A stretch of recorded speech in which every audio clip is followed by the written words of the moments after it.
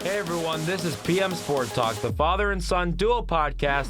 I'm your host, Preston, alongside my father, Mike, and Dad. How are we doing today? Hey, I'm doing great. Kind of a quiet weekend in sports, but there's plenty to talk about. Let's get into it. Absolutely. Let's go right into, we had All-Star Weekend in the NBA and the NHL. Well, the NHL is more of a couple weeks, but the NHL introduced a new format called the Four Nations, and that is a tournament in which 4 countries take on the hockey world and battle over the weeks, and it was the United States, Canada, Finland, and Sweden. And that got a lot of more viewers for hockey fans. Yeah, it was quite successful for the NHL, more so than I even thought it would be. I thought it was a pretty good idea, and I knew it would be more, there would be more eyeballs to the sets than there was for their normal all-star, weekend that they do, like the NBA does, where they have Saturday night, they have a skills competition, and then on Sunday they'll have the actual game itself, which has been kind of changing. They have had different formats like the NBA, trying to come up with something that'll get more ratings, get people talking about the sport. And they hit a home run with this I'll call it a mini World Cup, 4 teams. And it was great. I believe the first game was, or one of the first games was Sweden and Canada. That went to overtime. The United States took on Finland, and they beat, was it Finland? Yes. They took on Finland, beat Finland. And then you had the big game, Canada against U.S., and that was one of the highest-rated hockey games in a long time. 3 fights in 9 seconds. Yeah. The first 9 seconds of the game. It was crazy. There's 3 fights right when the puck dropped, and it just went nuts. So the game was in Montreal, so you had the Canadian fans there going crazy. Of course, Canada, it's their national pastime, and, they're the leaders in hockey. And, the United States ended up beating them, and I believe it was 3-1 that game, or 3-2, something like that. Anyway, the United States really outplayed them in that game and took it to them. Yeah. So that was, the political atmosphere that we have right now played into it with Canada, with all the tariffs and all that talk with politics. So the Canadians were booing the national anthem, the American national anthem. And like you said, you had the puck drop, and then there was 3 fights, and it just all culminated. It was, it was like this big, intense match, and it was awesome. Great to watch. And then, of course, as it turns out, again, that was just the preliminary rounds. And then, the top 2 point getters play each other for the championship, and of course it ended up being Canada and the U.S. That game ended up being the highest rated hockey game ever on ESPN. Wow. No NHL game had ever rated that high, no matter Stanley Cup, nothing. Wow. That was the highest rated game on ESPN. I don't think it was the highest rated hockey game ever, but it was the highest rated that ESPN ever had. So 10 plus million in the United States on ESPN. And then that's not counting Canada and, their, all their stuff. So big time rating. And to put it in perspective, the NBA All-Star game got like 3 or 4 million. So they more than doubled. Yeah, I'm surprised they even got that much. Yeah, the NBA, for the NBA to get that high was actually pretty good. You think about how bad that was. The NBA All-Star is a joke now. Like it's horrible. The Saturday night is fun to watch because you got the traditional dunk contest and the 3-point contest, but the actual game itself is terrible. What I appreciate this year, you have some guys that visibly actually were upset because they wanted to try and they wanted to try to win. And then you got other guys like LeBron James sitting out. I saw PK Subban, a former NHL player, he was covering the Four Nations Championship on the pregame show. He got on I think it was a podcast or something on ESPN. It was like an interview with Stephen A. Smith and I saw that, yeah. PK Subban. I couldn't agree more with everything he said. He said, if you're not Michael Jordan and Kobe going out there and play, this was clearly a shot at LeBron. Then I don't care. I don't care to watch it. And he was obviously he's going to be biased towards hockey, but right there, NBA All-Star Weekend is a joke. It's no one takes it serious anymore. Not the fans, not the players. You might as well get rid of it if it's not going to get you nothing. I don't even understand the point of it anymore. The NBA players don't take their regular season games serious. Why would they even take an All-Star game serious? You know what I mean? It's like it's gotten to the point where if they don't, I don't know what they can do with it. It's almost like you say, do away with it. Why even have it? I mean, and if you really think about it, some people would say, oh, well, the NBA could just copycat the NHL and do it with 4 nations. Well, I'm afraid to say I don't even think the NBA players would care to defend their country. I'm not sure. I mean, I guess try what you can, but I don't even think I wouldn't even guarantee that they would try. Maybe they will, but I'm not guaranteeing anything with those guys. It's a bunch of divas in that league now that want to sit out, don't want to play whenever stuff doesn't go their way. The NBA itself, slowly but surely, is turning into a joke. Yeah, you just see the whole different mindset and attitude between the two leagues. There's guys on the guys in hockey in the Canada and U.S. And I'm sure the other teams too, but mainly Canada and U.S. for this year because that was the championship game, the 2 best teams. Those guys, they wanted to. There were guys that had injuries that were playing in that. Tkachuk. Matthew Tkachuk. Matthew Tkachuk was playing. He gave it a go. He played 6 minutes, and it doesn't even matter towards their actual regular season. Charlie McAvoy for the Boston Bruins got injured in the game against Finland, and still played against Canada, and played an awesome game against Canada, and the first game. Yeah. Then after that game, he ended up getting an infection in his injured shoulder, I believe. So he couldn't play the rest of the tournament, and he might miss the rest of the regular season. I don't know what his status is. They don't really know yet. But that just goes to show, and some people are going to say, well, geez, why are you risking injury? Now you can't play the rest of the regular season. That just shows you how important this was to them, that they are willing to take that risk. And not just the players. They had buy-in from their individual teams. Don Sweeney, who's the general manager for the Bruins, was the general manager for the Canadian team. So there was no, well, geez, he got hurt. Now we're not doing this anymore. They knew that was a risk. They were willing to take that risk. Everybody, the owners, the GMs, everybody. And there were some guys that got hurt. Tkachuk, McAvoy, Shea Theodore for Vegas. He's out. I don't know how long, but he could be out a while too. So there were some guys that got hurt, and there were guys playing hurt, that had nagging injuries that played. You would not see that in the NBA. Those guys would not play. If they had a scratch on their finger, they're not playing. It's totally different. And that's why that's why they got that rating. Because the fans, there was national pride, but there was also what the players put into it. The fans love that when they see players just giving it their all, no matter what. Right. And those guys, at the end of that game that Canada won for the championship, 3-2 in another great game, you just saw how upset the United States players were for losing that game. It was gut-wrenching to them. They just stood there and watched that like somebody had just died. And on the other hand, the Canadian team, how happy they were, like they had just won the Stanley Cup. This is just 4 teams. Next time they do it, they're talking about 8 teams maybe. Wow. And yeah. Next year hockey's got it set up next year's the Olympics. They're going to do it during the All-Star. It's during the All-Star break, so they're going to play the Olympics.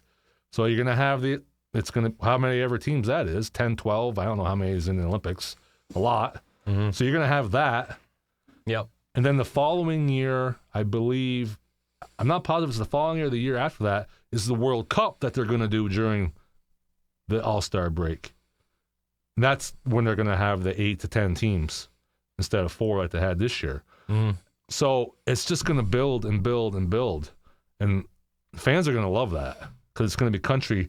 And next year, the Olympics, you're going to have Russia. You're going to have other teams in there. Russia's a really good team. Right.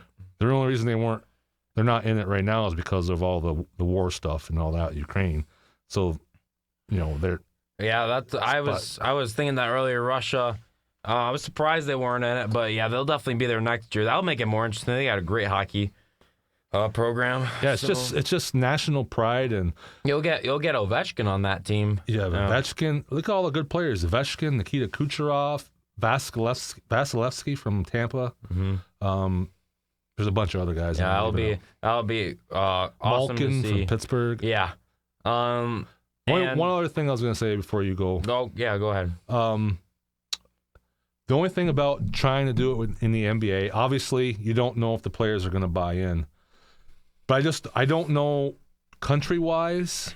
Like hockey, you got all these players from different. I know there's more of that now in the NBA. Yeah. I don't know if you have that enough where you could have multiple countries involved. Obviously, you're going to have a U.S. team. But the problem with this year's U.S. team, there were guys like Joel Embiid that weren't representing their actual country in the Summer Olympics. Like, Embiid should be playing for, I think it was Cameroon or something like that. That's where he was from originally. But he's got like citizenship in like 3 countries. So yeah, I mean, it's like he picked the place where he knew he could win. I don't know. He's doing that in the Olympics as well. That's something else. But yeah, it'll be something to watch too. If the NBA wants to try that next year, I say why not? Because this year's format, I mean, so confusing. I couldn't watch it. I didn't. I turned it on for like 10 minutes. It's off. I'm not watching that. Anybody that I heard, they all said the same thing. That it was just goofy and they just couldn't watch it. It was a joke. Yeah. They were spending more time with Kevin Hart telling jokes the whole time that weren't funny. Yeah, it's a joke. It's like they're really reaching to try to find something. And they had like, it's like the Pro Bowl. The Pro Bowl is a joke. The All-Star is a joke. They had like skills competitions in the middle of each quarter.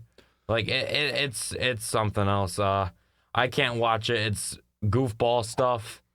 It's a clown show. It's a carnival at this point. There's a lot less chance, and there's we talk about hockey, how the players bought in and the owners and all that bought in.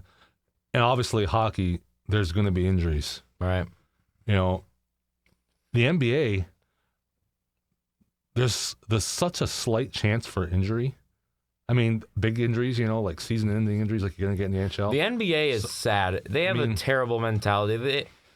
They all care about money. Like, they will find any excuse to sit on the bench and collect a check. And they all make more money than the NHL. It's a joke. It's a joke. Guys like Ben Simmons, guys like Joel Embiid. He's missed half of his career games, which is outrageous. That is terrible. And most of the time, he's not even like hurt to the point where he can't play. Sometimes he is. Like, I won't say never, but there are times when these guys are not hurt, serious enough to where they have to sit on the bench. But any excuse that they get, it seems like, they use it. They take it to collect a check without breaking a sweat, which is ridiculous and goofy. And I don't really want to talk about it anymore because the NBA is they're starting to make me a little upset. We'll watch. I mean, I don't know about you, but I'm sure you will. We'll watch it, playoffs and that. Yeah. But as far as the regular season goes, I could care less if I ever watch it again. I mean, I just have no interest because of that. Very little interest. I'm not saying there isn't the occasional game here and there that piques my interest and I watch it. Right. But on a normal basis, if there's something else on, if there's hockey on or there's college basketball on, I'm watching that first. Oh, yeah. And I don't know. They got a problem there, and I don't know how they're going to fix it. Yeah, college basketball. That's all I look forward to now when it comes to basketball. I used to hear when I was like really little, when older people would say college basketball is way better than the NBA, I'd be like, what? You're crazy. No. The NBA is superior. And now that I'm a little more mature, I'm like, yeah, this NBA stuff is getting ridiculous. Let's watch some college guys that actually want to make it to the league, that actually want to put their heart to their teams, and that's why it's better. That's the single reason why it's better. And yeah. So it's a mess in the NBA for sure. But yeah, let's move on. We've spent a lot of time talking about that. Before actually, we were on NHL before. I want to actually like break down the game, the championship game. Sure. There's just only that one part, when McDavid scored the game winner at the end. Austin Matthews is he sucks for Toronto. You can't say he sucks, but No, he doesn't give effort. I'll say that. Sometimes, yeah. He chased the puck, and you're guarding the best player in the world. How does that make sense? I know I shouldn't have said he sucks because he's actually a solid player when he wants to be. He's kind of like Joel Embiid. He's the Joel Embiid of hockey. And if I could say that, he just left his. How can you do that? Like, I don't even understand. How do you leave the best player in the entire world touching a hockey stick open? Makes no sense. Open. It doesn't. He messed it up. Yeah, I mean, his main guy, they're both centermen. Yeah. David and Matthews. He has to guard the centerman in the zone, his defensive zone. And especially if it's McDavid. I mean, come on, it should be two guys on him. It should be anybody, but yeah, especially McDavid. Why were there three guys that go all the way into the corner? They got that's. I mean, you didn't play hockey growing up, but I did for a little while. And one of the things that our coaches would tell us first thing is, do not chase the puck. Everybody always had this tendency to just chase the puck and leave their man. Right. That's what those guys did. There was three of them. They chased obviously the defenseman was supposed to go over there, but there was two other guys, Matthews and one other guy, both went to the corner and left McDavid like 10 feet. Nobody ever gets that open. You don't see anybody ever get that open, and nonetheless, him, the best player in the world, like you said, wide open. Of course, the goalie has no chance. Cash, yeah. It's over. If he didn't score there, that would have been crazy if he didn't score there. I mean, you're asking a goalie. I mean, who was in the goal again? Like, I'm hurt. He's good. Hellebuck. Yeah, he's good. He is good. Well, you're asking him to make a outrageously, almost unhuman like save. He had no shot. The game, yeah, like. He's over here watching the puck because that's the goalie's job, and that ball's zipped to McDavid wide open before he can even look. The ball's in the net, yeah. The puck's in the net. Yeah, and the crazy part of it is the U.S. had dominated the period, overtime.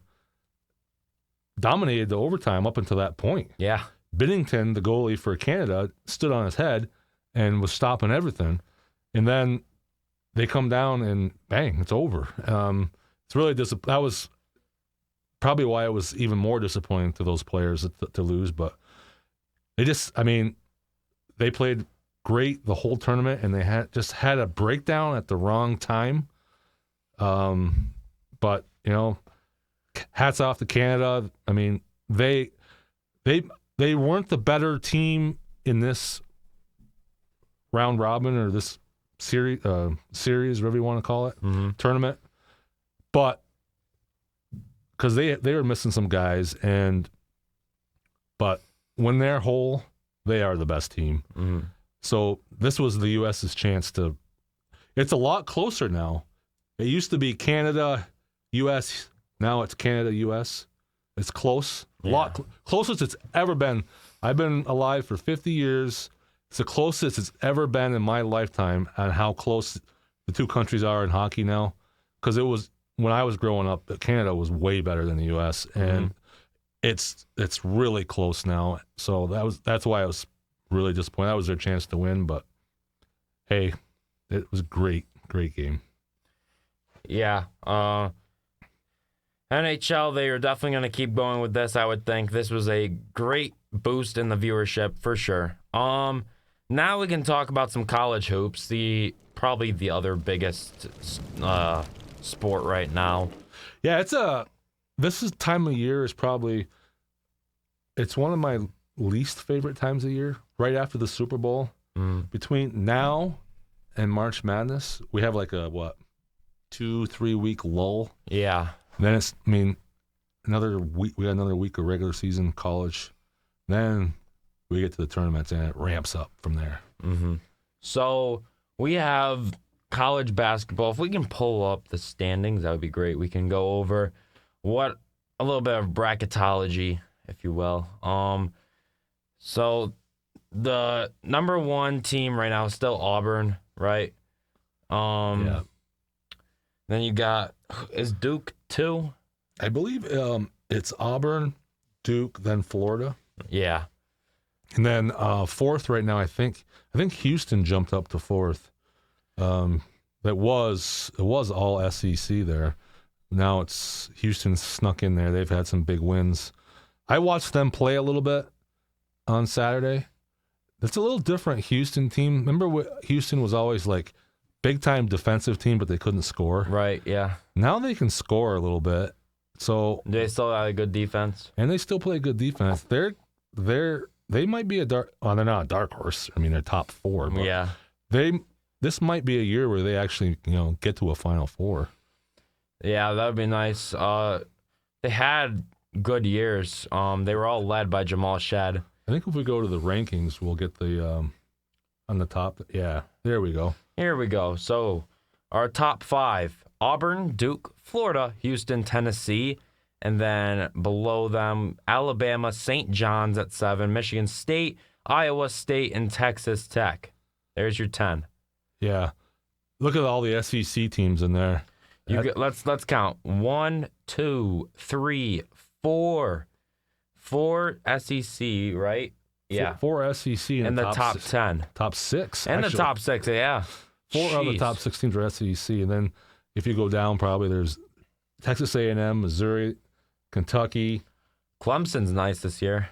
Clemson has jumped. They're a really good team. Yeah. They did. Didn't they go to the Final 8 last year? Yes, they did. So, yeah. And they got some of the same guys back. So, yeah. St. John's moved up to 7. Big win against Connecticut yesterday. One thing.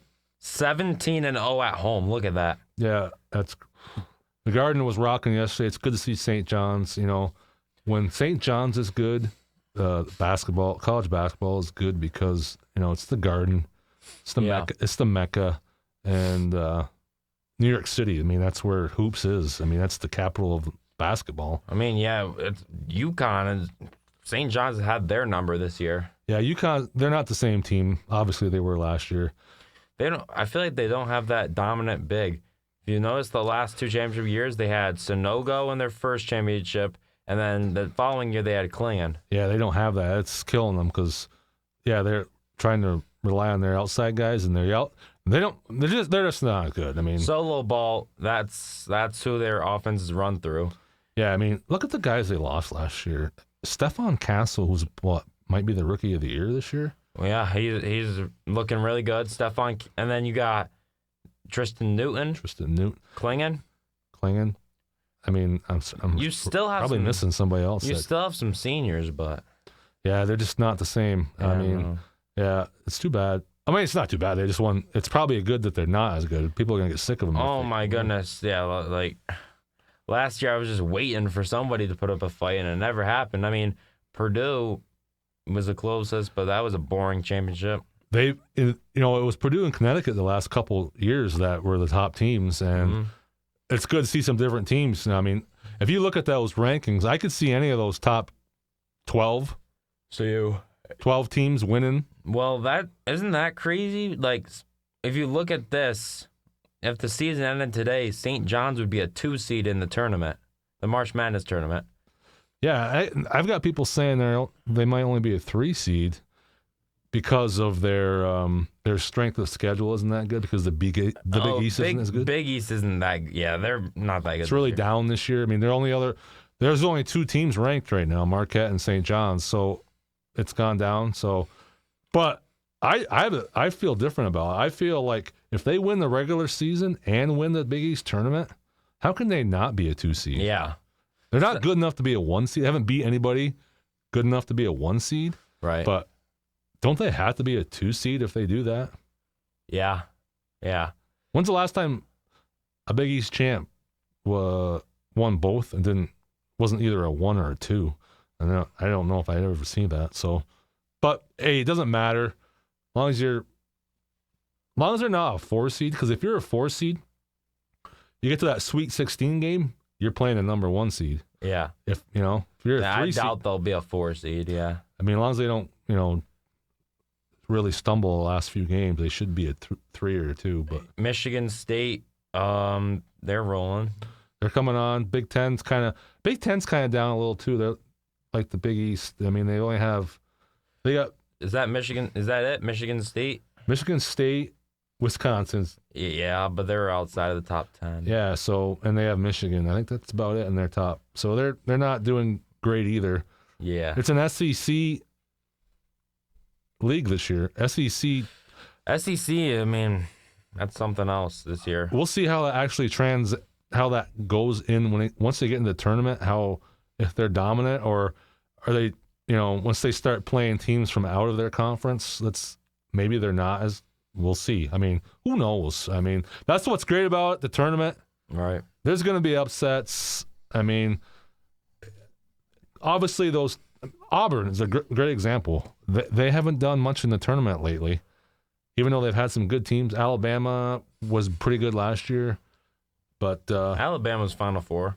Yeah, last year. But Auburn has had some really good teams. Yeah, and they have not done good in the tournament. I don't trust them in the tournament. Like right now, if the season ended today and I was making my bracket, I'd probably pick Houston or Tennessee.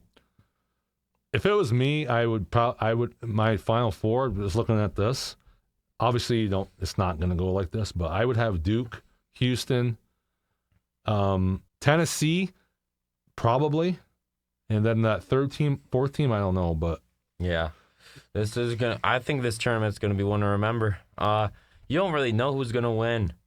You really don't. I know that's like that every tournament, but like this tournament especially, I think we're in store for a lot of upsets. I do too. There's a lot of good teams, and there's obviously 3 or 4 really good teams, but then the rest of them are all good.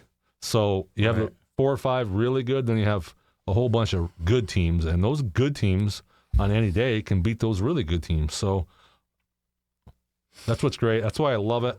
That first weekend is great. Oh yeah. And then, it kind of settles down after that, but geez, I can't wait. Well, with that being said, we're running short on time. Let's get into plays of the week.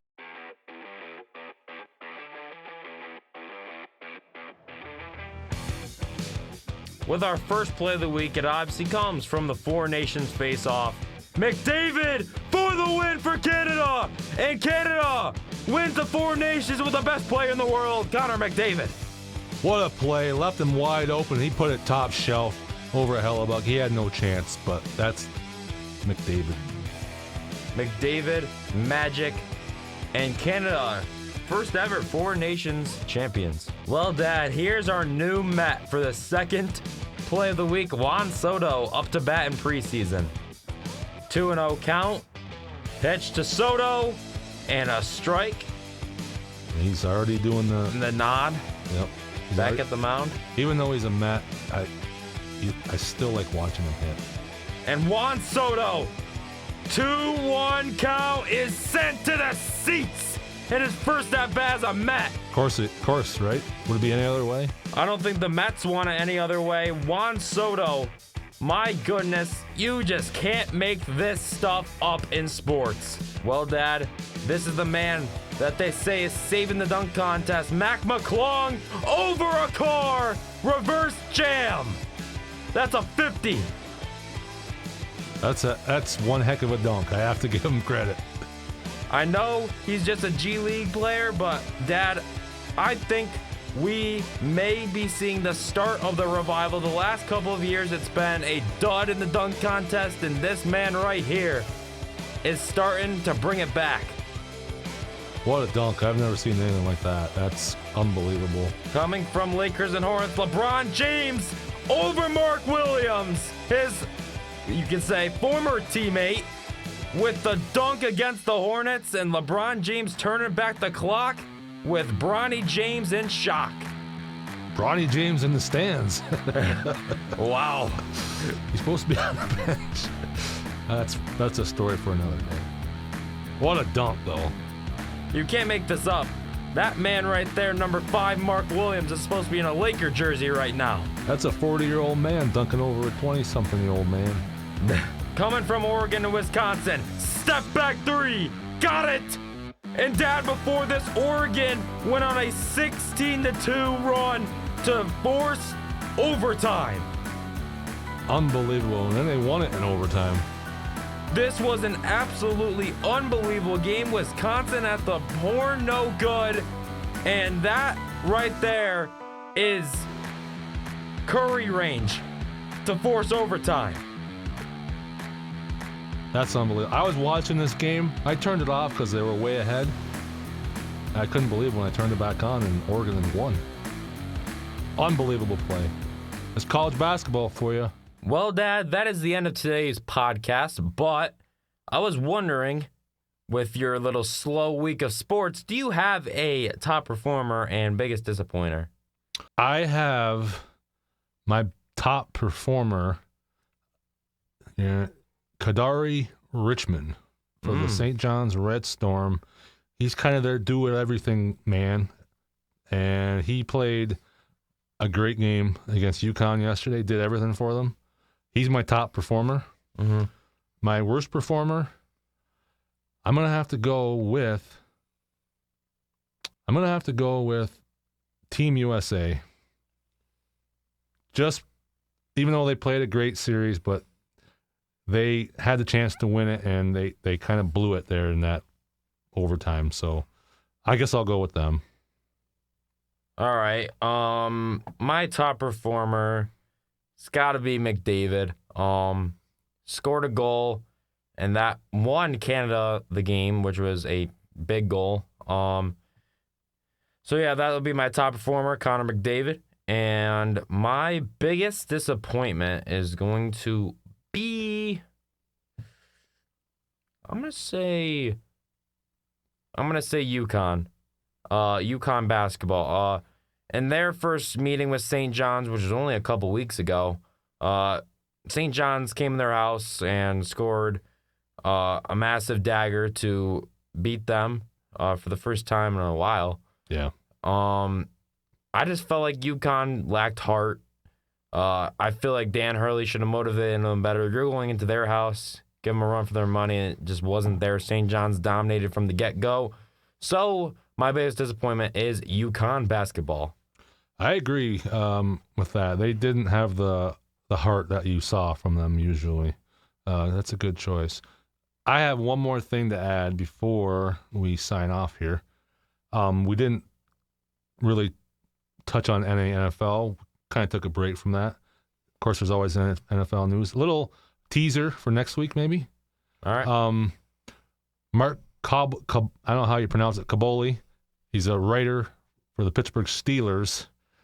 Went on one of the TV shows and basically said that he thinks there's a better chance that Russell Wilson comes back than Justin Fields, and he is has been a writer for the Steelers for a long time. So if anybody would know it, you would think it would be him. So, I think we'll get your thoughts on that next week. Let's hope he's wrong. This has been the PM Sport Talk podcast. I'm Preston, once again with my father Mike, and we'll see you guys next week. Let's hope Russell Wilson doesn't come back. Have a good week.